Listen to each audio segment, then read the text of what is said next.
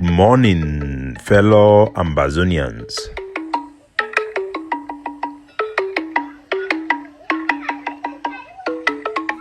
Today na Friday number 6th day for this month of December 2024. My name na Capo Daniel, wuna own countryman, sense pass king, Lukong. Wuna welcome to another episode of our daily podcast, a program wey be meant for bring una the truth, for bring una meaningful information, fact-based analysis, for help we as we waka for this journey to our freedom, to the independence of Ambazonia. Our good people at home and abroad, I bring una liberation greetings. We continually get good news for the fourth capital, where our international partners didn't get a direct visit following the first one we done put on public for the visit to the Prime Minister's office, the Foreign Minister's office in Finland, where the push for the Ambazonian proposition of the peace plan paper was on the table. Fellow Ambazonians, before we get into that, I want to start a big introduction for the topic will be for our front today. The topic for this podcast na the beautiful graveyard, a grave that is decorated with pieces of gold. But beneath that beauty of a grave is skeleton, worms, tumbu. That is who they are. People who are hypocrites, thieves, those who benefit from corrupt money. Fellow Ambazonians, today we are seeing videos of Ngala Gerard, the so-called Cameroon parliamentarian hailed from Cambe in Yaoundé, walking alone, making videos in luxurious car to show the newly inaugurated House of Legislature built by the Chinese government in the capital of La République du Cameroon. Ngala Gerard, as una know, is somebody who came to Cambe with huge sum of money, physical cash, in containers, just like Patrick Ekema, to display it in Cambe as they want to make Cambe the flagship of Cameroon projection to deceive our people to abandon their struggle by showing them what they don't have. Like the story about Stalin, he says to control a bird, you take that bird, you remove its feathers, drop the bird on your foot. The bird cannot fly. You feed the bird with small granite. That bird will worship you. That is how they think of us. They try to treat us like this story of a bird, bringing people like Patrick Ekema, Ngala Gerard. We have exposed Ngala Gerard for who he is, and evidence have come up as God have always worked hard.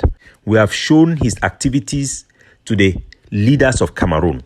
They know who he is. In 11 February 2 years ago, we all saw in Cambe a bomb planted on 11 February by the so-called DDR boys that were recruited, some of them ex-Ambazonian fighters who were working as the bodyguard of Ngala Gerard, boys who were under his direct control, some of whom are in Nigeria today. They planned bomb to blame it on Ambazonian fighters, designate that bomb. It killed a young child from Kumbu, 14 years old baby. 2 of the women, their foot were cut off. 3 Cameroon military people were wounded seriously. They wanted to blame it on Ambazonian fighters who do not even exist in Cambe, because Ngala Gerard wants to justify to Pobia that he is fighting Ambazonian fight. The same we saw in Southwest with Moja, going out there to kill people, sending his boys to pretend like they are the mountain lions to go out and kill innocent people to justify the collection of money. They come and display this money to our people so that our people who are poor should worship and adore and admire them. Fellow Ambazonians, I have this to say to you today. Listen to me and listen very properly. Welcome to our podcast, a channel which speaks the truth and nothing but the truth. Today, we confront the growing epidemic in our society of dangerous celebration of those who flaunt ill-gotten wealth. This is a very important aspect of our cultural campaign in our episode and current trend, which we call it cultural warrior. We have seen Eric Tato, somebody who embezzled money. Physical evidence of him, money in America, steal government money.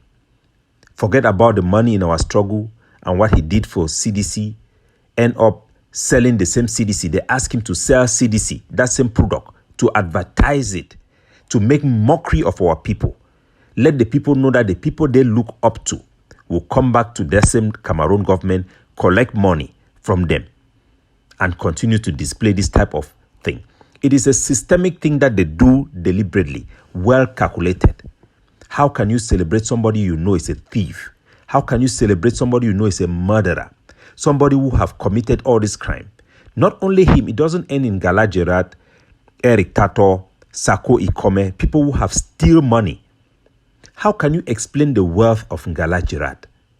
Which parliamentarian can earn those money from the job he made? How can you celebrate somebody that you know the money he spends is ill-gotten?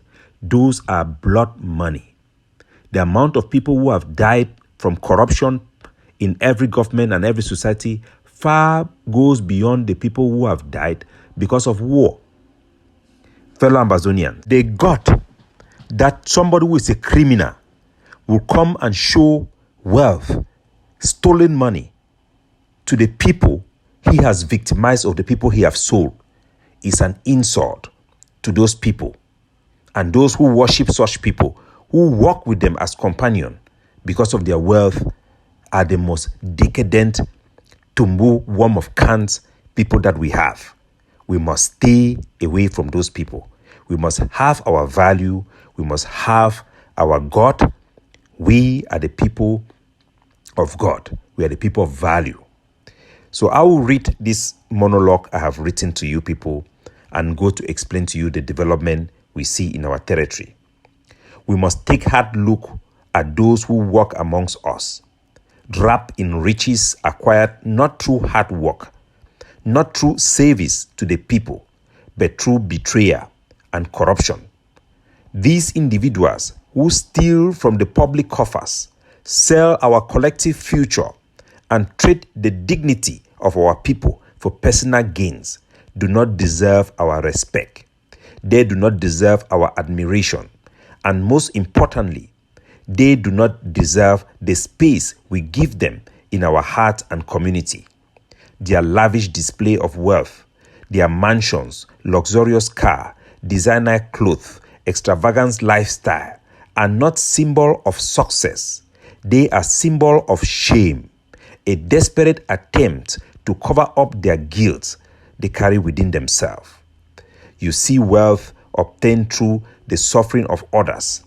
It will never buy the peace of mind. It will never cleanse the blood stain in their hands and the crimes they have committed that we all know. When this individual throw grand parties, shower monies, and do farotes in their unsuspecting masses or sponsored flashy projects, we must ask ourselves, what is the price of this spectacle? The price of our stolen future? The price is our crumbling schools, our broken healthcare, our undeveloped society, the women who stay at home, they cry their children don't have a future. That is the price. They toast in public, they are soaked in tears of our mothers and our children and the victims that cannot speak. We as a people must refuse to play along. Let us not clap for them. Let us not entertain them. Let us not clear or cheer for their display of wealth. Such wealth is no success, is no blessing. Instead, let us name them for what they are, enemies of the common man. They are slave traders. They are those middlemen who used to sell our people to the white men to receive gold, to receive good dresses, and then come and parade it to the children whose parents have been stripped from them and sold into slavery.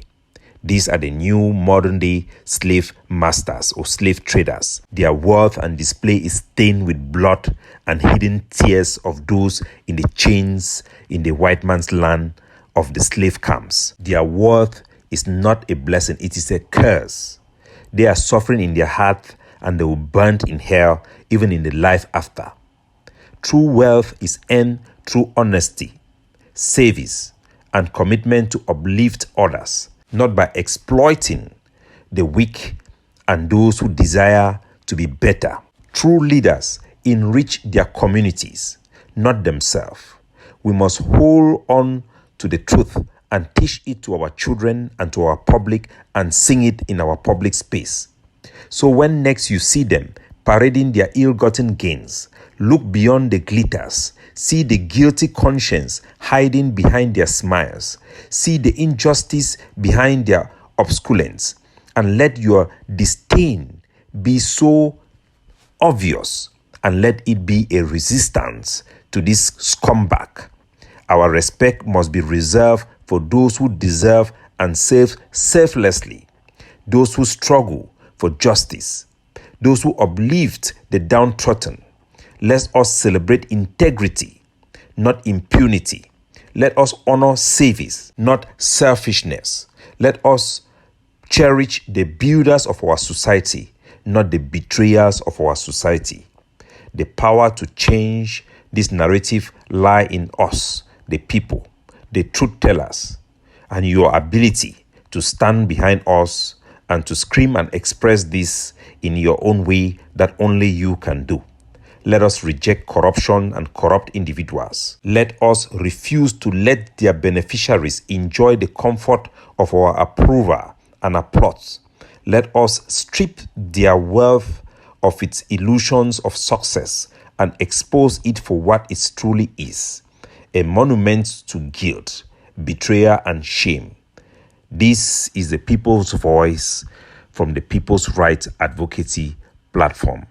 So our country people, we will go back for update una a little bit on what is going on in our country, and then I will take una back into our subject for today's podcast.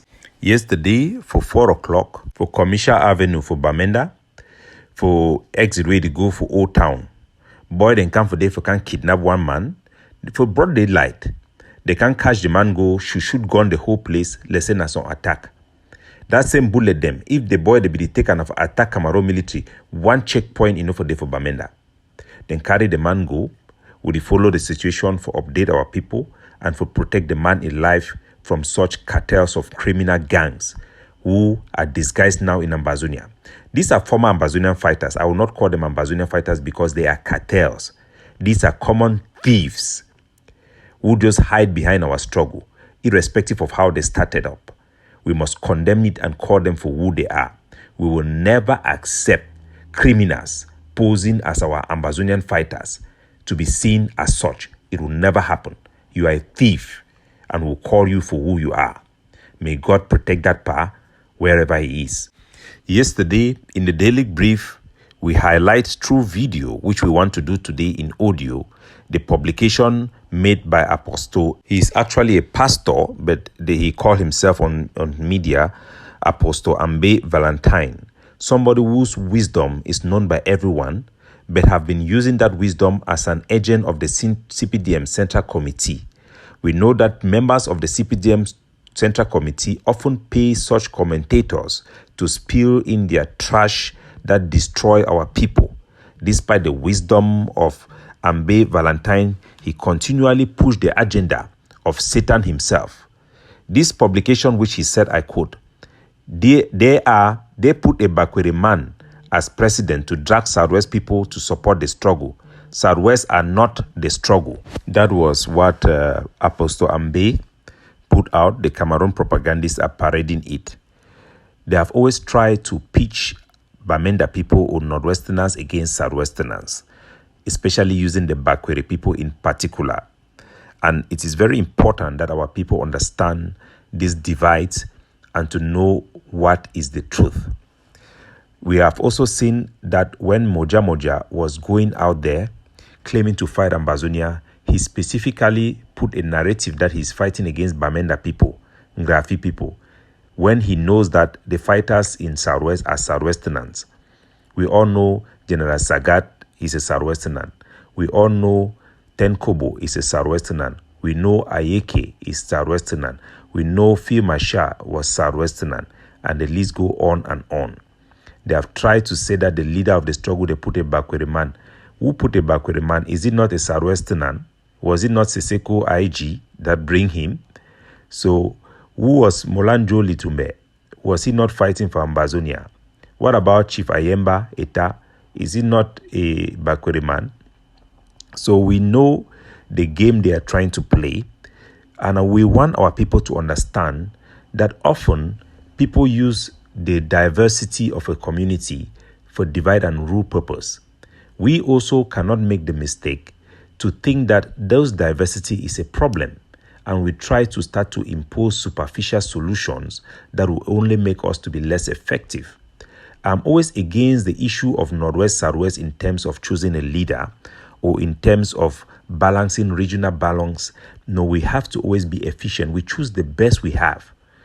Mr. Larry, who is from Southwest, is one of our best speakers. He's not a Northwesterner. He's not. You have Tapang Ivor. He's not a Northwesterner. He's a Southwesterner. Julius Ni is a Southwesterner. Lucas Asu, Mumu is also a Southwesterner. The list go on and on. J. Carl, and the list go on and on. Need to emphasize, but our people have to understand that we must not also, in our afraid of these tactics, trying to do the wrong things, because wrong is wrong. Wrong will never work, but we must always fall back to the truth. There is a true division between Northwest and Southwest, which is not a bad thing. We must know, in political science, they call it sociopolitical regional identity. There is an identity of the Southwest, there is an identity of the Northwest, and there is an identity of Southern Cameroon. These two people are all one. And I want to explain to you the divide so that the enemy will not use it if you lack this knowledge to separate us. Because their aim is not to maintain the divide, it is to separate us. Between 1919 and 1946, our territory was divided into two based on distinct cultural, geographical, and even traditional ruler type of ship. The process is very deep, needless to explain. But basically, the British government divided our territory into two provinces. One was the Bamenda province, which capital was in Bamenda town, that was made up of mostly of the Tikari villages, the Bantu villages, and the Bororo villages. And then they named the second province the Victoria province, which was mainly made of the mountains tribe, the tribe under Boya Mountain, and the coastal people, which also have some distinct cultural and traditional practices that are more close to the people in Nigeria and also the people in Douala. These differences are real, and it's what makes us unique and make us diverse, but it is not what divides us. We are not divided along this line. We just simply have cultural expressions that are different between this place. And trust me, in every province and every region, there are also differences. In the Southwest, the Bangwa people and the Bakwere people are at odds, even worse than the Bamenda people and the Bakwere people. So does it mean that they are not from the same Southwest? Does it mean that Bangwa people are not Southwesterners, or Lebialem are not people from Southwest as much as the Bakwere people? They are all equally Southwesterners. It's the same thing with Northwest and Southwest. We are all people of the same territory and share the same sovereignty. It should be noted that even under the trusteeship, the British government maintained the divide of the Southern Cameroon into two under the United Nations, 1946. They still reiterate the classification of the Bamenda and Victoria provinces for administrative purposes. Administration evolution, when people are grouped together in under one administration, they evolve a identity.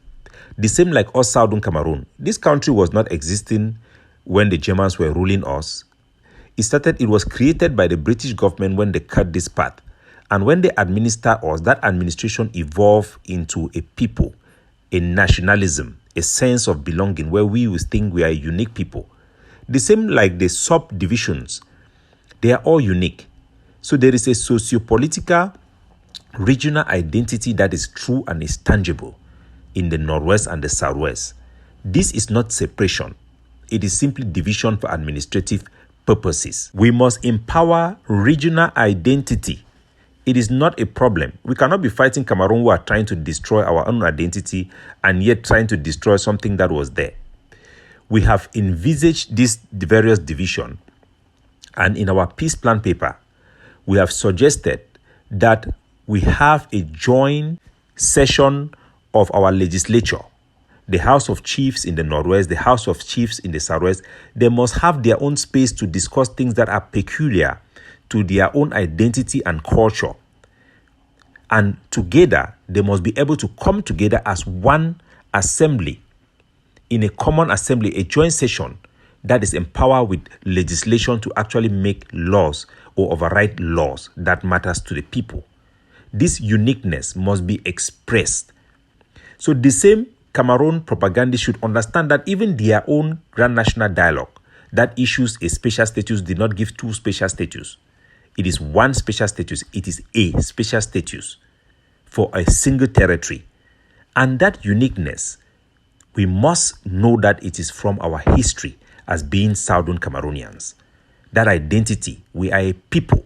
Our political outlook was expressed by the judge in the court in Banjul that said that we are one people. Despite us living with La République under Northwest and Southwest for this long, we maintain a single political outlook.